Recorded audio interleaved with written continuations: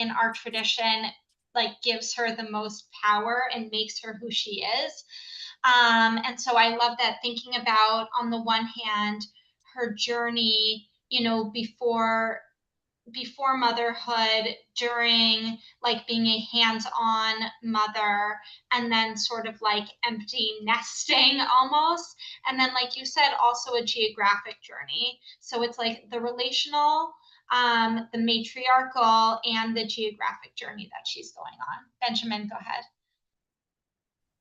Well, I think that's right on, Victoria, in that, they have this covenant to, create these people to have this great life, the lives of the Jews, and you can't do it without these women. These men, of course, have all this prominence through time and essentially today, but here we have the importance of the woman's contribution to the Jewish experience, the Jewish identity, the Jewish future, reflected in those 100 years. So I think it's an important note. Nice. And I think that point too is underscored by the fact that Abraham had another child. And it wasn't that it was Abraham and Abraham's child who was going to be, the great nation. It was very specifically Abraham and Sarah. And so I do think this is highlighting her role, especially since, we looked at Lech Lecha together. She didn't have so much of a voice in that parsha. And perhaps this is elevating her to maybe what, for me, I wish I saw earlier in her I'm story. sorry to interrupt, No, go Rabbi, ahead. but Go ahead. even, and I know we're not there yet, but Rebecca as another woman with a important role, and we're not there, but I think it does pay homage to that in a way. Yes. And I think also, like, I want us to be thinking about that too with this Parsha, because we are about to meet Rebecca, and we see the ways that she is described similarly and differently from Sarah. And so, like, that's one of the things I want us to keep in mind is, like, what is the relationship between Sarah's character and Rebecca's character and Abraham's character and Isaac's character, so that we're like more fully understanding the matriarchs and patriarchs, and the nature of our story. Um, there are so many different interesting commentaries on this. There's one that says that Sarah, had the wisdom of a 100-year-old, the beauty of a 20-year-old, and the innocence of a 7-year-old, and that's why they're all put together. There are commentaries on how 120 is how old Moses was when he died. And even today in Israel, when people say, happy birthday, or in Jewish traditionally, people will say Ad Mea V'Esrim until 120, because that's sort of the number Jewishly that is living a full, long life. And then the number 7, thinking about 7 as Shabbat, the 7 days of creation, and this holistic number. Um, so I think in some ways, we just had this highly traumatic story, and now we come into it with something sad, and yet something whole that feels like it's almost putting, to me, it's almost putting a bow on a story that felt so broken from right before. Okay, let's keep reading. Oh, and then the other thing I wanted to point out here is, oh, that it starts, the story about Sarah's death starts by talking about her life. It doesn't say, when she died, she was this old. It talks about like her life was this long. And I think, Victoria, that underscores what you were saying about the number speaking to the journey of her life, and not a moment of death, but the way she lived. And then in verse number 3, it starts with Abraham rose from beside his dead. We still have this practice today of, in Judaism, mourners sit low to the ground traditionally. And when they get up from mourning, it's literally getting up from sitting either on the ground or so close to the ground. And that comes right back to this piece from the Torah, and was likely an ancient Near Eastern practice as well.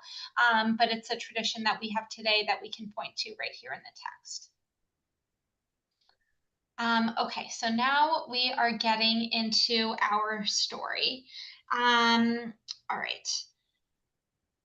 So Abraham gets up he has been grieving. He gets up and he speaks to the Hittites, who are the people who are inhabiting the land around him. He says, I am a resident alien among you. Sell me a burial site among you, that I may remove my dead for burial. And the Hittites replied to Abraham, saying, Hear us, my lord. You are the elect of God among us. Bury your dead in the choicest part of our burial places. None of us will withhold this burial place from you for burying your dead. I'm just going to switch it to just the translation. So Abraham says to them that he is a resident alien among you. The Hebrew here is ger vetoshav, which later in the Torah comes up again, not as ger vetoshav, not as alien and resident, but rather as ger toshav, alien resident. So this is just an interesting turn of phrase that we are going to see again. Yeah, Panina? This is very important to pay attention to that. The idea is that when Abraham came, there was no one there, and the place was barren. The first thing he did is dig wells, so people should have water. The land before was just a bunch of areas where caravan passed through. The word Hebrew means a caravaneer, לעבור, עברי. It was somebody who passed through with caravans. Now they are continuing the story and they're showing you that because the land is taking a new face, because there is water now, because there is life, there is other nations who come to live there or beside him. Yeah. And the idea also, excuse me, let me finish the sentence. The idea is that they did not just take away land from people. If he wanted a place to live, he bought it from those people who live there. And yeah, this is okay. We didn't get to the buying yet. I just wanna, I want to make sure we don't get ahead of ourselves because we haven't gotten there yet. So there are other people in the land at this moment, and we know how important the land is in Abraham's story and in this promise, just as important as his son Isaac. And so this is the parsha where those two things come together in a very real way, those two aspects of the promise. And when Abraham says he's a resident alien among you, he sees himself as different than the people among him. And many scholars have likened this to the experience of Jews in the diaspora, of being resident aliens where we are, and sort of seeing ourselves mirrored in Abraham in this way. And I also just want to point out in the Hebrew, in the Hebrew in verse 4, where it says, sell me a burial site among you, the Hebrew for burial site is ahuzat kever. Kever is a grave, and ahuzah is an inheritance. And so burial site in English doesn't do justice to what the Hebrew is saying about this land being an inheritance, about being something that will be passed down from generation to generation, that Abraham is not just interested. Sorry. Oh, thank you so much. Thank you. Thank you, Moya. I appreciate it. Thank you. Thank you so much. All right, have a good rest of your day. Thank you. So Abraham is not simply buying a burial site. He's not simply buying a plot of land for him or for Sarah. He is buying something that is intended to be passed down from generation to generation. And this is the very first example we have of a purchase in the Promised Land. Okay, so we are going to keep reading. Thereupon Abraham bowed low to the landowning citizens, the Hittites, and he said to them, if it is your wish that I remove my dead for burial, you must agree to intercede with me with Ephron, son of Zohar. So it seems like Ephron is some leader in this community who has some kind of control over this land. Let him sell me the cave of Machpelah that he owns, which is at the edge of this land. Let him sell it to me at the full price, for a burial site in your midst. Ephron was present among the Hittites, so Ephron the Hittite answered Abraham in the hearing of the Hittites, the assembly in his town's gate, saying, "No, my lord, hear me. I give you the field, and I give you the cave that is in it. I give it to you in the presence of my people. Bury your dead." Then Abraham bowed low before the landowning citizens and spoke to Ephron in the hearing of the landowning citizens, saying, "If only you would hear me out, let me pay the price of the land, accept it from me, that I may bury my dead there." And Ephron replied to Abraham, saying to him, "My lord, do hear me. A piece of land worth 400 shekels of silver, what is that between you and me? Go, bury your dead." Abraham accepted Ephron's terms. Abraham paid out to Ephron the money that he had named in the hearing of the Hittites, 400 shekels of silver at the going merchant's rate. Okay. Yeah, Brad. What strikes me is that the Hittites are making an offer of hospitality, and Abraham refuses the hospitality.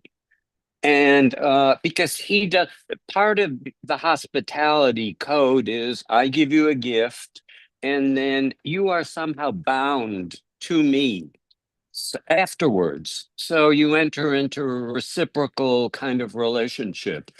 Abraham refuses that. He refuses to be bound, which is such a, in contrast to the binding of Isaac, here we're dealing with Abraham refusing to be bound and instead enters into a monetary transaction.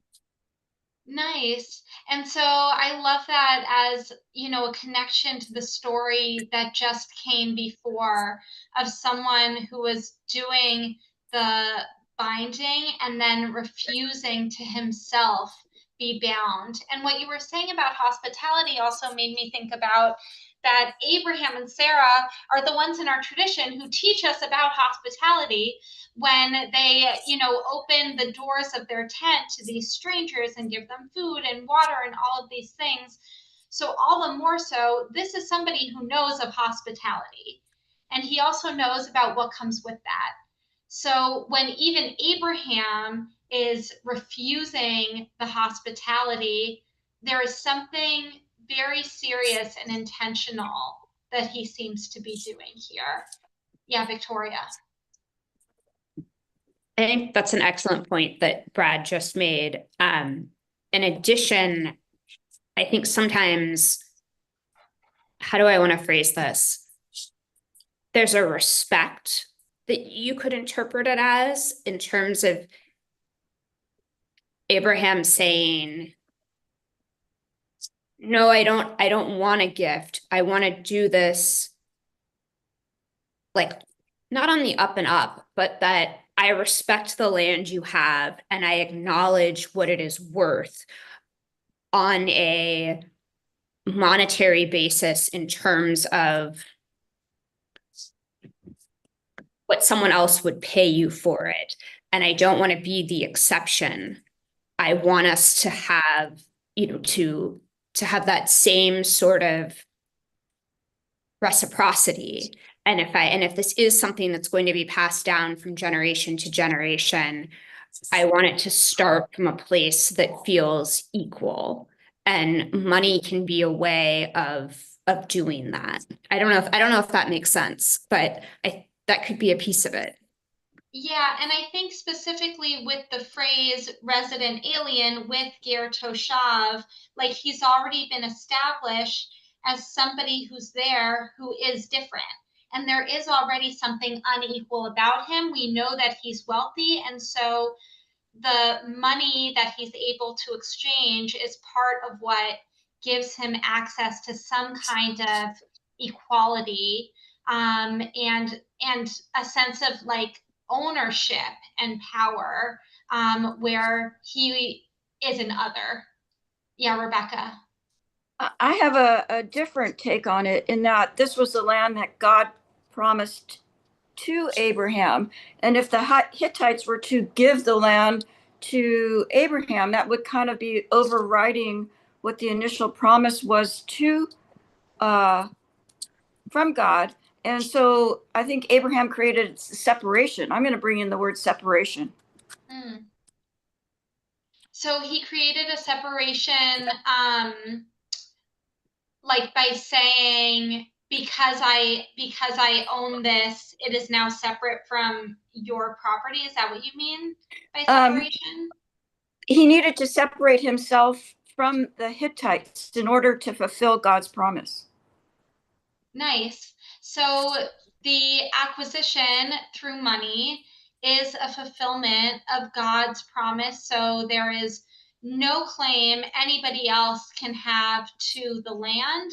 And he knows that it is fully his. It is not because of hospitality or because somebody is being nice. It is not a gift that could be taken back in some scenario. This is his. He owns it. He bought it for its fair price. Brad, I see your hand icon is up. Did you want to? Oh, okay. Okay.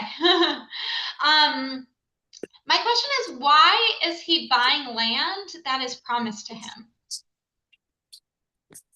Like, why does he need to buy it at all? If God says it's going to be promised to you, why is he going through this trouble with the Hittites? I looked it up on the internet. There wasn't always a great relationship with the Hittites. And so perhaps that was. Oh yeah, sorry. Go ahead. Oh, perhaps that's another reason. Nice. So in order to live peacefully with people who were not always peaceful, it gave him security also. I think for me, this idea of Abraham needing to buy or needing to just acquire in some way land that's been promised to him is so interesting. And it feels to me also like he sees himself as responsible for the fulfillment of the covenant and the promise that God made. Like, he is an important actor in that he can't just sit and wait for, these great blessings to come. And what does that mean for all of us as Jews to continue to be active partners in the covenant? Yes, Susan, you haven't gotten a chance to speak yet. Yes, so I think that I read somewhere that the local residents wouldn't accuse him of not paying his share for it. So I think that, there's shalom bayit, but there's also shalom among the people among whom you are living. So that could be part of it. I don't know that God said he will give them the land, but he didn't say for free. And he wants them to be responsible to the neighbors because there are other people there for which God is knowledgeable. You're among other people, do what it takes. Nice. And I think also God feels like responsible for all people in some way too.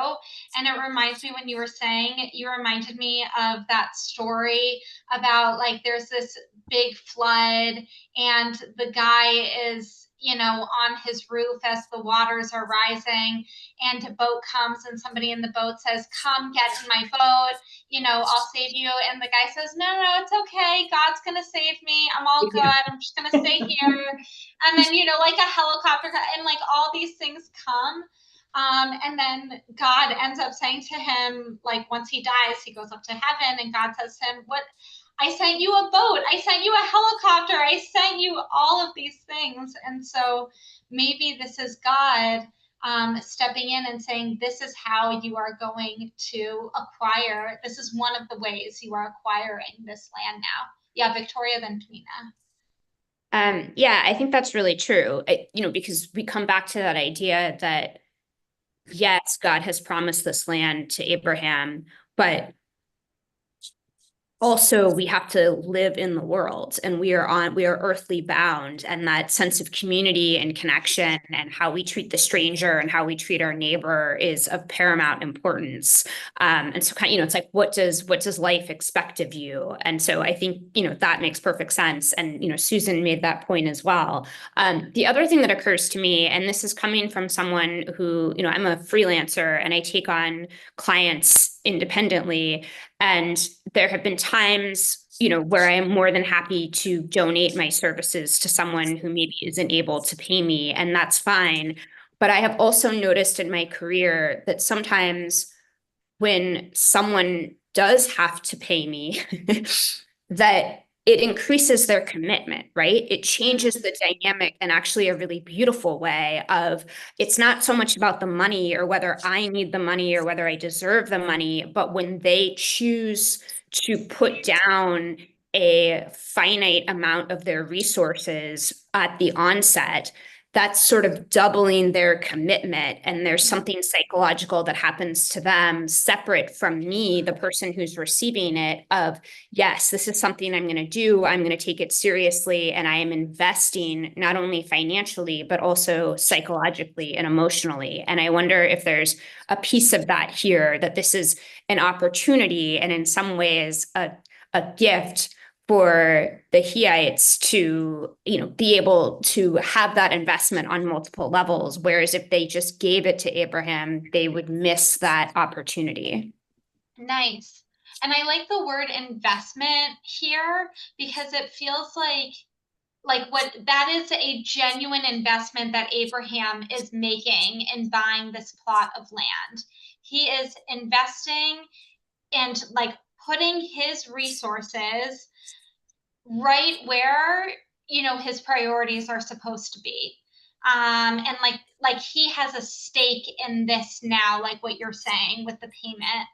I also think about the word covenant and how that's the term that was used over and over again in this relationship between God and Abraham, the word brit, and how every time a brit, a covenant, comes up in the Torah, there's some kind of mutual responsibility there. There has to be stakes for both sides and from both sides. And it's not a one-sided responsibility. It's not one party needs to do something for the other. There is always a mutuality that is happening.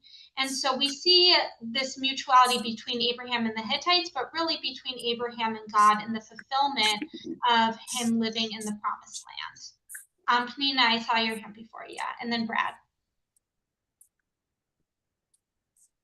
Penina, you need to unmute. Okay, can you hear me now? Mm-hmm. Okay, we have another example of this later on when King David buys the area where the Bet HaMikdash is going to be built. For the same reason, it has to show the presence of the God at the area, and with the hope that living with them together will fill in the gaps and make them also aware of this God that is going to be giving all wherever it is that we have today. So the idea that you guys mentioned before, that the presence of God, yes, definitely. And the story of David really and truly represent, even today, we have churches in Jerusalem that were never demolished and never bothered by all the wars and everything. And they get the respect of believing in a God that we believe in. It's a one God. And I think today's life in the area there shows actually that the act succeeded. Yeah, and I also want to highlight in the verse, I think the verses, underscore that in verse 6 when it says, the Hittites are saying to Abraham, you are the elect of God among us. And exactly. So even the Hittites bring in God into this story, and recognize that here. Yeah, Brad, go ahead. Rabbi, I was once curious, and I looked up on AI how many times the word aretz appears in the Torah. Do you have any idea how many? Would you like to guess? No idea.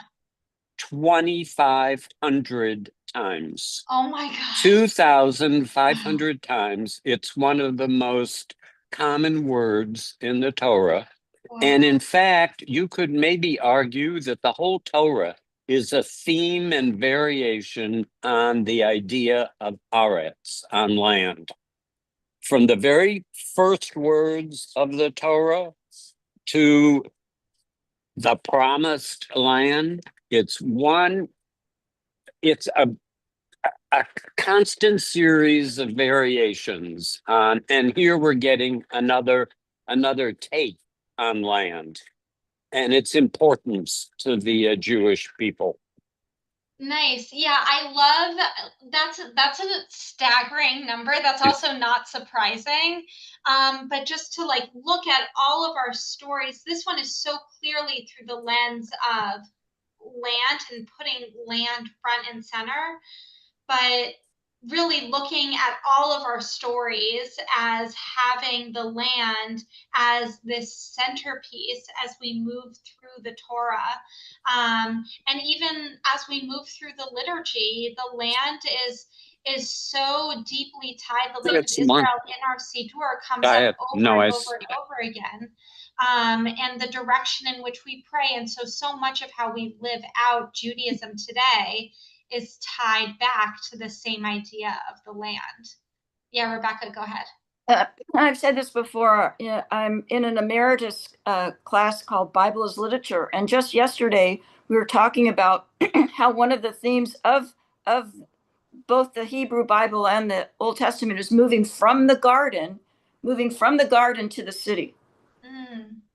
That's so interesting. Oh, wow. That's so interesting. Yeah. And right. We start like with the creation of land and with the garden. And also when the Torah talks about death, it talks about like going down into the land and burial in the land. So it's this acquisition of the land, at least here, through money, but also by putting our people directly into the land, that is how we grieve our dead. And that this cave that of Marat HaMachpelah still exists in Hebron. I've never been there before. I'm sure people on this call have been there before, but that this still exists in Hebron today. Okay, let's finish this chapter. Okay. Abraham accepted Ephron's terms. Abraham paid out to Ephron the money that he had named in the hearing of the Hittites, 400 shekels of silver at the going merchant's rate.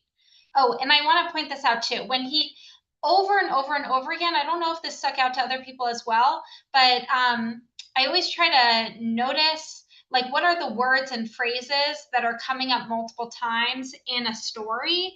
And so one of the phrases that to me was popping out a lot was in the hearing of, that constantly Abraham is making sure the Hittites are hearing this. Ephron, the leader, is hearing this. He's just trying to make sure that this is not like anything that can be disputed ever at all. Everything is in the hearing of. So Ephron's land in Machpelah near Mamre, the field with its cave and all the trees anywhere within the confines of the field, passed to Abraham as his possession in the presence of the Hittites of the assembly in his town's gate. And then Abraham buried his wife Sarah in the cave of the field of Machpelah, facing Mamre, now Hebron, in the land of Canaan. Thus the field with its cave passed from the Hittites to Abraham as a burial site. So, Yeah. Abraham, okay, it was his wife Sarah, but the boys aren't there. I mean, the boy isn't there. Correct. Isaac, because he went to, that seems to me strange. Correct. So Isaac is not here in this story, and Isaac is not part of most of the next story either. Abraham is the one who takes action. Even this is the parsha where we have this transition from Abraham and Sarah to Isaac and Rebecca. Right. But so far, Isaac is not the one acting. Abraham is still the one acting. Isaac isn't even present, and Shirley doesn't say anything. And that is just underscored in our next story. So that's what I was going to say. It's like a glaring omission there. His mother died, and he's not part of it. He does come together later with Ishmael and Barry's dad, but he's not here. What son isn't there when the mother dies and you bury her? So I think that points out the estrangement, and it did glaringly for me right now. Nice. So do you see the estrangement between Isaac and Abraham, or which estrangement? Well, which estrangement? Like between Isaac and Sarah, or between Isaac and Abraham? Abraham, Isaac and Abraham. I mean, when After your the father Akedah. tries to kill you, that doesn't lead to warm, fuzzy feelings. And because Abraham was taking charge of the burial, Isaac wasn't there for that. Now, maybe he didn't know, maybe he didn't get an invitation, but I think it just still shows that they're estranged. Yeah, and that there's so much distance between them that I don't think we ever see Isaac and Abraham together again. Only at the burial. Right, only at the burial, which is the end of, yeah, sorry, go ahead. And then the coming together with his mother, Sarah, is in the tent then when he weds Rebecca. And that's beautiful. He took her into his mother's tent. So what Susan's referring to is, so this is the story of Rebecca. We'll see how much time we have to go through the story of Rebecca, but this is the story of Rebecca, and then who's going to become Isaac's wife. And at the very end of the story, actually, let's just go to the end of the story. Let's go to the end of the story. Okay, so Abraham buries Sarah. Isaac is not there. And then Abraham goes to his servant and says, I have buried my wife. Next course of business is we need to find a wife for my son, Isaac. And Abraham wants Eliezer, his servant, to find a wife for Isaac, specifically from his homeland. So Abraham is currently in the land that is promised to him, where he has now purchased property, where he is living, the land that is meant to be his inheritance. But he's asking his servant to go back to where he's from to get a wife. Why can't he get a wife from this promised land where they're currently residing? Why go back home to get a wife? Yeah, Susan, and then Pina. Maybe they're bloodlines, and at this point they're also surrounded by these alien populations, the Hittites and the Perizzites and the Jebusites and all of the ites that might be hostile to them. But there's something about familial relationships and a people that I think is coming out here. The people that will become a peoplehood. Nice. So, like staying within the family, especially since this family is what is to become this great nation. Yeah. And as you're saying, they're surrounded by all of these other people.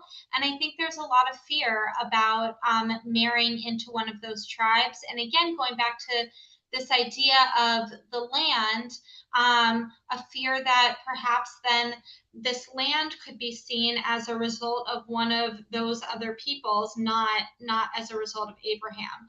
Okay, Nina, and then we got to move on. We got to move on. Nina, you need to unmute. Can you hear me now? Yes. Okay, I think it has to be with, it's not about the whole people, that their names came ahead of them. It's been known for the character of the people that they were dealing with separately. We know that in all the places that we see that the connection with another person, being kind to another person, is the key to the whole story here. Rebecca and Rebecca chose to go with the helper, with Eliezer, to go to that place, but she took her idols with her, but yet she sat on them. It was a matter of deciding what is it that she wants to be. So she takes it, but then actually she doesn't really later on becomes one of the Hita or whatever people that she came from. She became a character by herself. And we know that from her, Isaac became the connection to the Jewish people. The other one, it didn't happen. Ishmael chose to go to a different way, and the Jewish people didn't come out from his, wherever it is, blood that he brought into the Right. mix. He goes to Egypt, I think. Exactly. At the end of the Parsha. Okay, Yeah. so the idea is also that the mothers had a big role in deciding what the child is learning. We think that it was a father of a male society, not necessarily. The women had a big part here, even with Miriam. She raised Moses. She stood there all the time and she took him to his mother. So the idea is that the continuation of the belief and the tradition and the generosity, like she came and she asked him if she can give water to his camels. Remember? That's a big. Yeah. Okay, so let me just explain that part of the story. So Abraham sends his servant Eliezer, so again, to find a way for Isaac. So again, Isaac is not even part of the scene. Perhaps that's also the distance that Susan was speaking to. He is not part of choosing his own spouse at all. And so Eliezer goes, he meets Rebecca, who talks, who elects to go with him, who says she wants to marry Isaac, who's given the choice by her brother, who looks after her and says, do you want to go with Eliezer? Do you want to go marry Isaac? And Rebecca says, yes, I do. And she gets up and she goes, and she speaks, she makes decisions from the second that we meet her. And so she already stands out as very different from Sarah's story, and also is very different from Isaac's story. Isaac seems to be somebody who things sort of have been happening to him. And he is not an actor in the same proactive type of way that Rebecca is from the very start. And at the end of the story about meeting Rebecca for the first time, Rebecca, she agrees to go. Oh yeah, Benjamin, go ahead. It was kind of a jump started there. But again, I think Panina made a very good point, and you're making it now, Rabbi, so I'll keep it short. The role, this woman is really something special. I mean, we wouldn't have Jews without Rebecca, in a way. And, but one has to think of it as, was God in her, or God was in her and helping, I don't say helping, but making this all happen because she's a godly person. God's in all of us. And I think just the nature of her story, because it begins with Eliezer praying for a very specific type of encounter with a very specific type of person. That encounter happens exactly as he imagined it would happen. This woman is exactly who he wants her to be. And then everything sort of happens according to plan. And I think, Benjamin, what you're saying, like I think we are meant to read this story as this can't be a coincidence. God has to be involved in this in some way. It's just all too specific for it to be this great coincidence. And that she happens to be, Isaac's cousin. He didn't even know that when she came to him at the well and said and did all of the right things, but everything about her just lines up so perfectly. And so it sort of feels like God is maybe orchestrating this, maybe with her, but is certainly present in the story in some way. And then at the end of the, oh yeah, Susan, go ahead. So this is a Bashert, is that it from the very beginning? I think it is. And Yeah. I think, you know, the end of this, like the contemporary phrase for it would be like a meet cute of the like meeting of Isaac and Rebecca, the way it happens, and the language that the Torah uses. I think like this is our first example of the shared of like couples meant to be in the Torah. So Rebecca is on her camels. The servant, you know, is leading her. Isaac is in the field. He's coming out. The rabbis say when he's Isaac walking out in the field toward evening, they say, well, it's toward evening, but it's not evening yet. So toward evening means in the afternoon. Walking, well, it doesn't really mean walking. It means he was praying.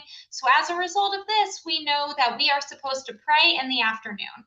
And so from this, the rabbis institute the idea of mincha, the afternoon prayer service. So he's walking in the field toward evening. He looks up, he sees these camels that are coming. And then it's like a movie. He sees the camels, he sees Rebecca, she sees him, they lock eyes. She falls off of her camel, which is maybe the funniest thing to happen in the Torah. This is amazing. And then she says to her servant, you know, who is that? And the servant says, that's Isaac. And then at the end, and this was brought up earlier in our session, how Isaac brought her into the tent of his mother Sarah, and going back to the piece about his mother from her death, from her life before. He took Rebecca as his wife. And then this is the very first time that the Torah uses the word love, is when it says at the end of this chapter, Isaac loved her and found comfort after his mother's death. And so connecting it back directly to what's happened before, to the rest of his family story, and to really the first love that we have in the Torah. Okay, Benjamin, then Susan, then Victoria. Well, I'm so giddy with this one because, as I shared with this group a few weeks ago, my daughter just got engaged. So I'm a little giddy here, so excuse me. But, you know, Rebecca really fell in love with him, or was destined to be with him, even before she had met him, because she just met the slave. So she's gung-ho.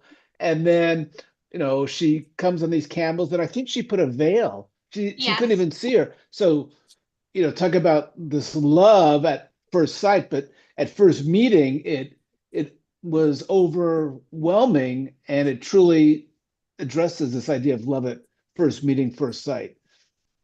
Nice. And that part about the veil, this blessing in verse 60, is traditionally used at a bedekin before a wedding ceremony, when a bride puts her veil on, coming straight from the story. Okay, Susan, Victoria, and then Brad. So this is one of the most romantic section of the Bible that does very little in romance. In fact, I think later on they say that Isaac fondled Rebecca, but that was after they were married. But it's so romantic, and it's so short too. You know, I mean, it's not drawn out. They don't go disco and then hop into bed. It's just so beautiful, I think, and romantic. And they're based also on the character of one another. Eliezer saw Rebecca's character. Rebecca saw Isaac fell off her camel, and then they went into the tent of his mother. So that is so beautiful, I think, you know. I hand it to the writer here for making love and love at first sight so charming. Yeah, it does feel charming, and it does feel like a beautiful blending of so many different parts of the story, and also like a piece of levity. Like we're taken on this emotional journey with the Torah, and here it's like it's sweet and it's funny and it's loving, and that's not what we usually are getting. Okay, Victoria and Brad, in our last minute. I just have a quick question. I think of elated as like a dissension, like for someone to descend. And so I was just curious what the Hebrew was that implied that she fell. Okay, so the Hebrew,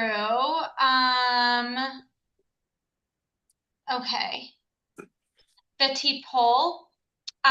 So nafal is to fall, so Betipol is, and she fell. Yeah. Yeah, Brad.